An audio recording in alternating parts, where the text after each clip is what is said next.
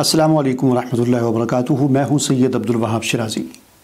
جادو نگری اور جنات کی دنیا ویڈیوز کا یہ سلسلہ ہمارا جاری ہے اور اس سلسلے کی ایک اور ویڈیو لے کر آپ کے سامنے حاضر ہوا ہوں۔ ناظرین، ایک شخص میرے پاس آیا اور مجھے کہنے لگا کہ فلاں آدمی کو اس کی گردن میں ایک پھوڑا نکلا، بڑا خطرناک قسم کا کوئی پھوڑا تھا، جس کا بہت زیادہ علاج کروایا، ڈاکٹری علاج کروایا، ہسپتالوں میں سب نے اسے جواب دے دیا، ڈاکٹروں نے اپنی طرف سے پوری کوشش کی اور آخرکار انہوں نے جواب دے دیا کہ اس کا کوئی علاج نہیں ہے۔ اس پھوڑے کی وجہ سے، گردن میں وہ پھوڑا تھا تو اس کی وجہ سے وہ شخص جو تھا وہ دائیں بائیں اس کے لیے مڑنا، حرکت کرنا بڑا مشکل تھا، اور ویسے بھی ظاہر ہے باعث کافی تکلیف کی باعث تھا وہ پھوڑا۔ بہرحال ڈاکٹروں نے جب جواب دے دیا تو پھر اس نے دم وغیرہ اور تعویذ وغیرہ اس سلسلے میں عاملین سے رابطہ کیا، اور کبھی ایک عامل کے پاس، کبھی دوسرے عامل کے پاس، کبھی ایک مولانا صاحب کے پاس، کبھی دوسرے مولانا صاحب کے پاس دم کروائے، تعویذات، جو بھی جتنا کچھ وہ کر سکتا تھا کروایا، وہ کہنے لگا، لیکن کہیں سے بھی اسے کچھ آرام نہیں آیا۔ اور اس عرصے میں ظاہر ہے تقریباً 1-2 سال گزر گئے۔ آخر کار اسے کسی نے بتایا کہ وہ فلاں جگہ پر ایک غیر مذہب یعنی ایک غیر مسلم شخص ہے، اس کے پاس تم جاؤ، وہ تمہارا علاج کرے گا، اس سے ٹھیک ہو جاؤ گے۔ چنانچہ وہ شخص اس غیر مسلم کے پاس گیا۔ اب یہ نہیں پتہ کہ وہ ہندو تھا یا عیسائی تھا یا کون سے مذہب سے تعلق رکھتا تھا، دین سے۔ بہرحال یہ شخص اس کے پاس گیا، اس نے کہا کہ میں 7,000 روپیہ لوں گا اور ایک دم کروں گا یا تعویذ کروں گا، جو بھی اس کا طریقہ کار تھا، اور پھر میں اس طریقے سے علاج کروں گا اور اس سے تم ٹھیک ہو جاؤ گے۔ تو اس نے کہا کہ میں نے اتنا علاج کروایا ہے، اتنے ہزاروں روپے لگے ہیں، تو 7,000 میں اگر ٹھیک ہو سکتا ہے کوئی مسئلہ نہیں۔ اس نے اسے 7,000 روپیہ دیا اور اس نے اسے دم کیا،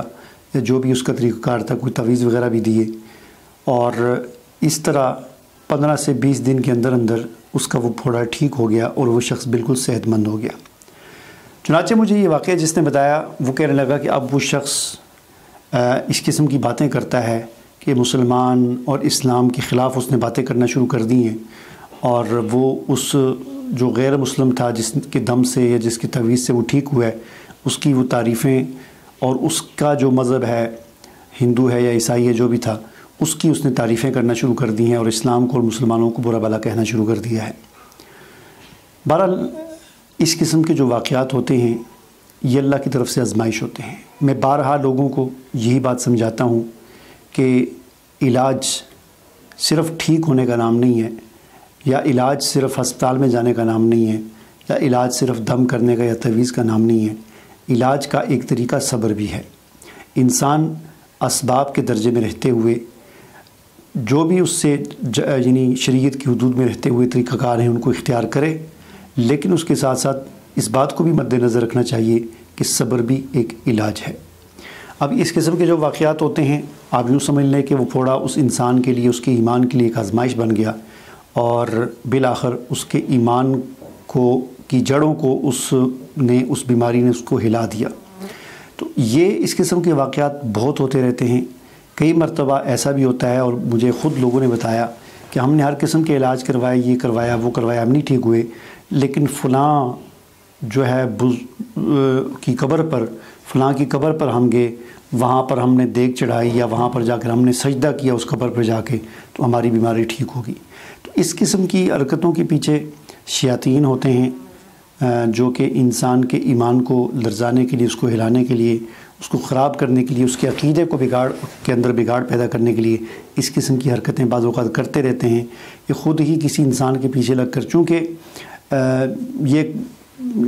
جنات کی اور جادو کی ایک بڑی علامت یہ ہوتی ہے کہ انسان کو اگر کوئی جسمانی بیماری ہو تو وہ کسی قسم کے ٹیسٹوں میں یا ڈاکٹری جو میڈیکل جو علاج ہوتا ہے اس میں نہ آ رہی ہو، تو یہ واضح طور پر اس بات کی علامت ہوتی ہے کہ اس کے پیچھے جنت۔ اب اس شخص کا جو پھوڑا تھا،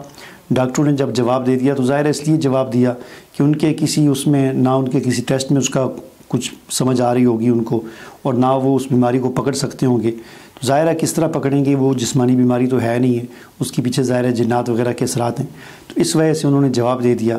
اب یہ پھرتا رہا، جب اس نے غیر مسلم سے، جب ایک ہندو سے یا کسی عیسائی سے جب دم کروایا یا اس سے تعویذ لے کر گلے میں ڈالا یا جو بھی کیا، اس سے پھر وہ انہوں نے چھوڑ دیا، تاکہ اس کا عقیدہ یہ بن جائے کہ اسلام اور مسلمان اور قرآن اور قرآنی آیات ان کی کوئی اہمیت نہیں ہے، نعوذ باللہ، اور وہ اس میں کامیاب ہو گئے، چنانچہ اس شخص نے اس قسم کی باتیں کرنا شروع کر دیں۔ لہٰذا اس بات کو مد نظر رکھنا چاہیے کہ پریشانی، دکھ، بیماری، تکلیف جو انسان پر آتی ہے یہ اللہ کی طرف سے آزمائش ہوتی ہے، یا تو انسان کے لیے وہ اس کی کسی گناہ کا نتیجہ ہوتی ہے، اور یا محض اللہ کی طرف سے آزمائش ہوتی ہے، کیونکہ قرآن میں اللہ تعالیٰ نے بڑی تاکید کے ساتھ اس بات کا وعدہ فرمایا ہے، وَلَنَبْلُوَنَّكُمْ بِشَيْءٍ مِّنَ الْخَوْفِ وَالْجُوعِ وَنَقْصٍ مِّنَ الْأَمْوَالِ وَالْأَنفُسِ وَالثَّمَرَاتِ وَبَشِّرِ الصَّابِرِينَ، کہ ہم ضرور تمہیں آزمائیں گے مختلف طریقوں سے، کسی کو مال زیادہ دے کر، کم دے کر، بیماری دے کر، صحت دے کر، خوشی دے کر، غمی دے کر، جان کا نقصان کر کے، مال کا نقصان کر کے، اور فرمایا کہ صبر کرنے والوں کے لیے خوشخبری ہے، جو صبر کریں گے ان کے لیے خوشخبری ہے۔ تو پریشانی اور آزمائش آئے، ہم اسباب کے اور شریعت کے دائرے کے اندر رہتے ہوئے اس کے توڑ اور اس کے حل کے لیے ہم کوشش بے شک کرتے رہیں، لیکن صبر کا دامن ہمیں نہیں چھوڑنا چاہیے، صبر کا دامن کو ہم تھامے رکھیں، اور بھروسہ اللہ کی ذات پر ہو، توکل اللہ کی ذات پر ہو۔ مجھے اجازت دیجیے، اللہ حافظ۔